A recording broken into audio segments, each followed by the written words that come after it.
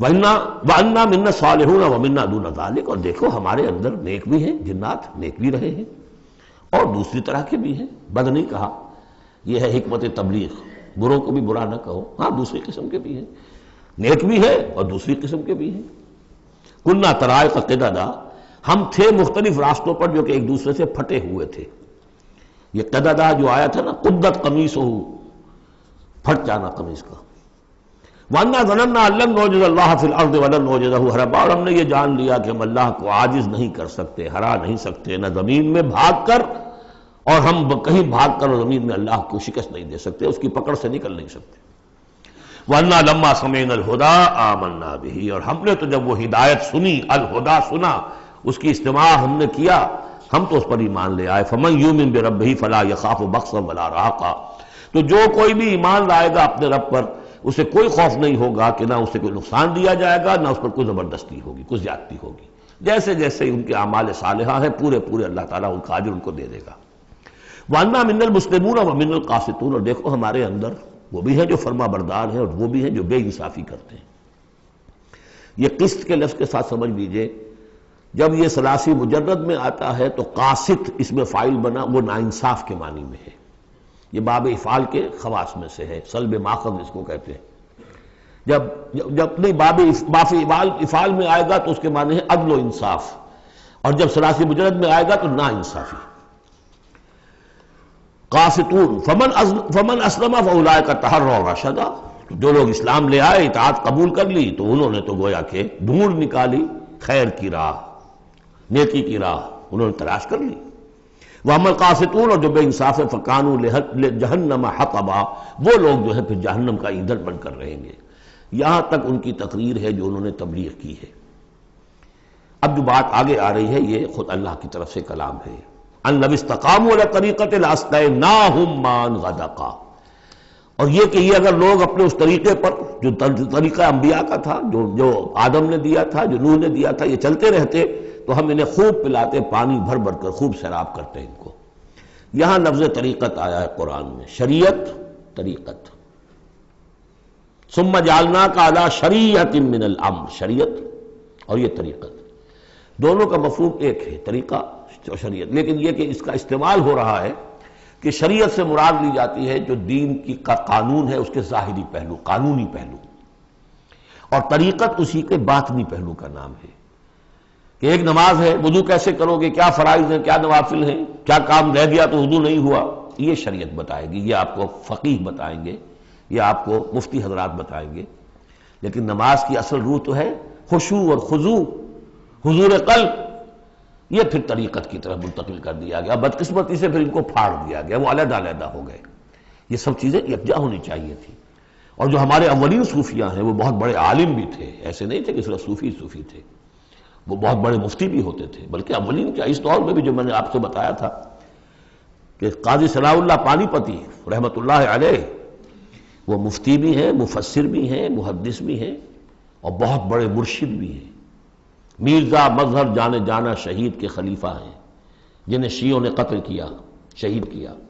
اور یہ سب شیخ احمد سرہندی رحمۃ اللہ علیہ کا جو سلسلہ ہے، سلسلہ مجددیہ نقشبندیہ، اس کے بزرگ ہیں. وہ ہیں وہ جامع و صفات لوگ. لِنَفْتِنَهُمْ فِيهِ، اور یہ بھی جو ہم کو پانی پلاتے اور سیراب کرتے، یہ بھی اس لیے تاکہ ان کو اور جانچے اور پرکھے اور امتحان لیں.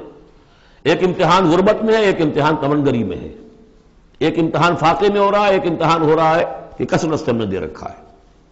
وَمَن يُعْرِضْ عَن ذِكْرِ رَبِّهِ، اور جو کوئی بھی اعراض کرے گا اپنے رب کے ذکر سے، يَسْلُكْهُ عَذَابًا صَعَدًا، تو وہ چلے گا، وہ ڈال دے گا اس کو چڑھتے عذاب میں، اللہ تعالیٰ ایسے عذاب میں صعدا جس کی شدت بڑھتی چلی جائے گی. وَأَنَّ الْمَسَاجِدَ لِلَّهِ فَلَا تَدْعُوا مَعَ اللَّهِ أَحَدًا، اور دیکھو مسجدیں اللہ کے لیے ہیں. مسجد سے مراد مسجد سجدے کی جگہ بھی ہے، اور مسجد سے مراد سجدے کے یہ اعضاء بھی ہیں. یہ پیشانی اور یہ ناک اور یہ ہاتھ اور یہ پاؤں، ایڑیاں اور وہ پنجے، یہ سارے جو ہیں یہ سجدے کے جو جسم کے حصے ہیں. یہ مسجدیں بھی اور سجدے کی جگہ بھی للہ ہے، سب اللہ کی ملکیت ہے. فلا تدعوا مع اللہ احد، اللہ کے ساتھ کسی اور الہ کو مت پکارو. وانہ لما قام عبد اللہ یدعوہ قالوا یکونون علیہ لبدا، اور یہ اب یہاں پھر قول آ گیا ہے انہی کا جنات کا، کہ جب جب وہ عبداللہ کو ہم نے دیکھا وہ کھڑا تھا، وہ قرآن پڑھ رہا تھا، وہ نماز پڑھا رہا تھا، لما قام عبداللہ یدعوہ، اسے پکار رہا تھا اللہ کو، اللہ کا بندہ، کادوا یکونون علیہ لبدا، وہ تو ایسے ہو رہے تھے سننے والے گویا کہ اس کے اوپر ٹھٹ کے ٹھٹ جمع ہو جائیں گے وہاں پر، لیکن یہ کہ وہ ایمان نہیں لا رہے تھے۔ قل انما ادعو ربی، کہہ دیجئے اے نبی صلی اللہ علیہ وسلم، دیکھو میں پکارتا ہوں اپنے رب کو، ولا اشرک بہ احدا، اس کے سوا میں کسی اور کو شریک کرنے کے لیے تیار نہیں۔ قل انی لا املک لکم ضرا ولا رشدا، کہہ دیجئے مجھے کوئی اختیار حاصل نہیں ہے تمہارے لیے، نہ کسی نقصان کا اور نہ کسی راہ پر لانے کا، میں تمہیں ہدایت نہیں دے سکتا۔ وہ آیت یاد کر دیجئے، انک لا تہدی من احببت ولکن اللہ یہدی من یشاء، اے نبی آپ ہدایت نہیں دے سکتے جسے بھی چاہیں، وہ تو اللہ ہی ہدایت دیتا ہے جس کو چاہتا ہے۔ قل انی لن یجیرنی من اللہ احد ولن اجد من دونہ ملتحدا، کہہ دیجئے میں ہرگز نہ پاؤں گا کہ مجھے اللہ کے سوا کوئی پناہ دے سکے، یجیرنی من اللہ احد، اللہ کی پکڑ سے بچانے کے لیے مجھے کوئی پناہ دے سکے میں نہیں پاؤں گا، ولن اجد من دونہ ملتحدا، اور اللہ کے سوا میں کہیں جو ہے کوئی اپنا سر چھپانے کی جگہ نہیں پاؤں گا، الا بلاغا من اللہ ورسالاتہ، الا یہ کہ میں اس کی طرف سے پیغامات اور اس کی طرف سے تبلیغ کا فریضہ سر انجام دوں۔ اگر میں نے یہ کام نہیں کیا تو میں پکڑا جاؤں گا۔ فَلَنَسْأَلَنَّ الَّذِينَ أُرْسِلَ إِلَيْهِمْ وَلَنَسْأَلَنَّ الْمُرْسَلِينَ، ہم تو پوچھ کر رہیں گے ان سے بھی جن کی طرف رسولوں کو بھیجا، اور پوچھ کر رہیں گے رسولوں سے بھی۔ وَمَنْ يَعْصِ اللَّهَ وَرَسُولَهُ، جو کوئی بھی اللہ اور اس کے رسول کی نافرمانی کرے گا، فَإِنَّ لَهُ نَارَ جَهَنَّمَ خَالِدِينَ فِيهَا أَبَدًا، تو اس کے لیے تو پھر جہنم کی آگ ہے جس میں وہ ہمیشہ ہمیشہ رہے گا۔ حتیٰ اذا رأوا ما یوعدون، یہاں تک کہ جب وہ دیکھیں گے جس چیز کی انہیں دھمکی دی جا رہی ہے، فَسَيَعْلَمُونَ مَنْ أَضْعَفُ نَاصِرًا وَأَقَلُّ عَدَدًا، اس وقت انہیں معلوم ہو جائے گا کون کمزور ہے مددگاروں کے اعتبار سے اور کون اقلیت میں ہے تعداد کے اعتبار سے۔ وہ تانے دیتے تھے نا کہ دیکھو محمد تمہارے پاس تو بیٹھے بھی ہوتے ہیں تو ہمارے کمی کاری بڑے لوور طبقات کے لوگ، اور وہ بھی چند ہوتے ہیں، دیکھو جا کے ابو جہل کی محفل بھری ہوئی ہے، بڑے بڑے لوگ بیٹھے ہوئے وہاں پر۔ اس وقت معلوم ہو جائے گا من اضعف ناصرا واقل عددا۔ یہ سورہ مریم میں بہت تفصیل سے یہ مضمون آیا ہے۔ قل ان ادری اقریب ما توعدون ام یجعل له ربی امدا، کہہ دیجئے نبی مجھے یہ معلوم نہیں ہے آیا جس چیز کا تم سے وعدہ کیا جا رہا ہے، جس چیز کی دھمکی دی جا رہی ہے، وعدہ اور وعید بنیاد ایک ہی ہے، اصل میں اصل الفاظ ایک ہی ہیں، وعید دھمکی، وعدہ لیکن حروف اصلی وہی ہے۔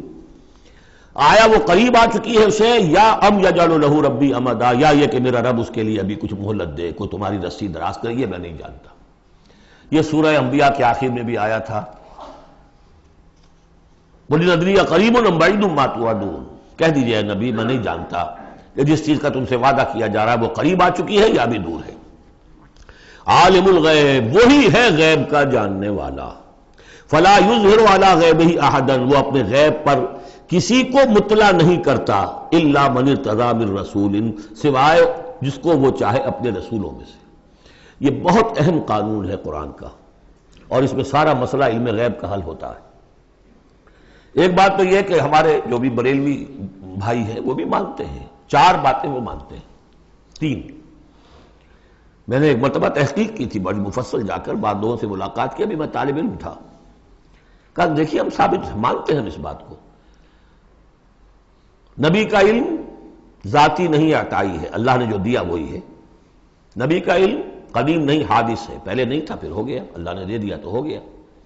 اور نبی کا علم غیر محدود نہیں، محدود ہے۔ میں نے کہا یہ 3 باتیں جو شخص مان لے، میرا اس سے اب کوئی جھگڑا نہیں رہا۔ لیکن ہمارے ہاں کچھ لوگوں نے ایک ڈیفینیشن کر لی علم غیب کی، علم غیب وہ ہے جو بغیر کسی کے بتائے خود حاصل ہو جائے۔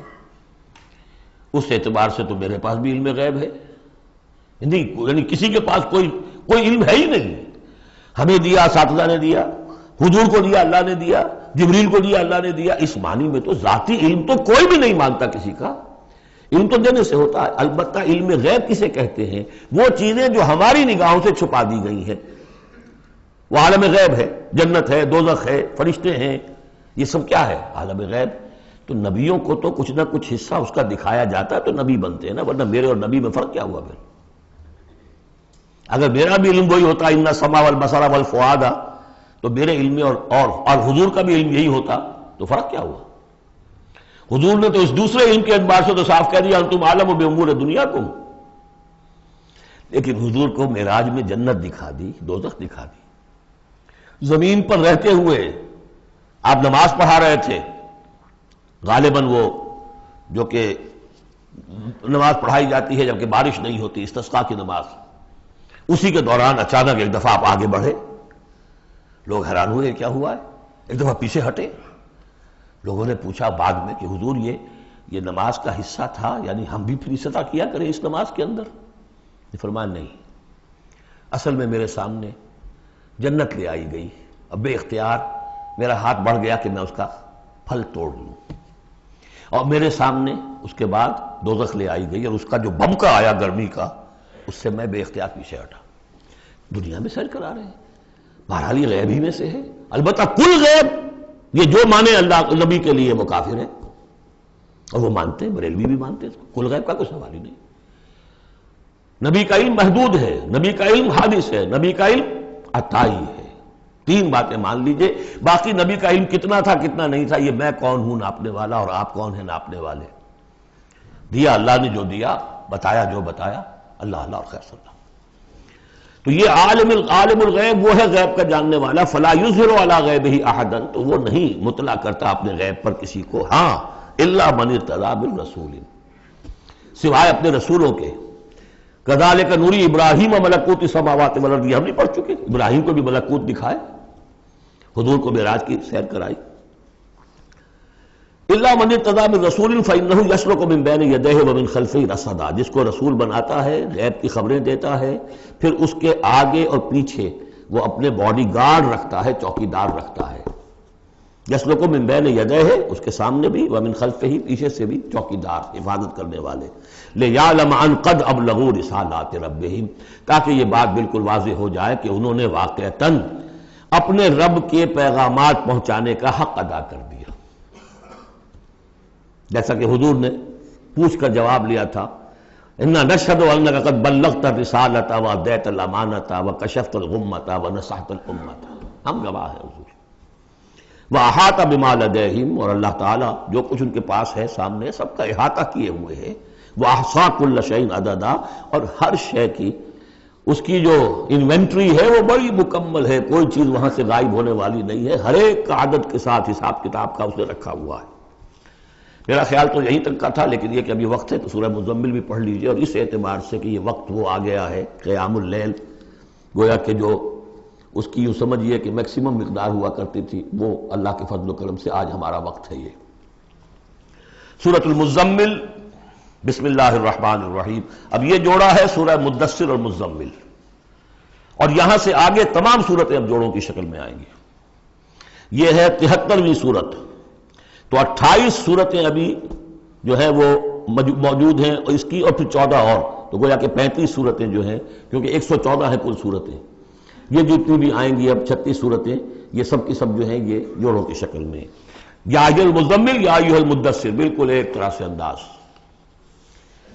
یا ایھا المزمل، اے کمبل میں لپٹ کر لیٹنے والے، صلی اللہ علیہ وسلم، فداہ آباؤنا و امہاتنا،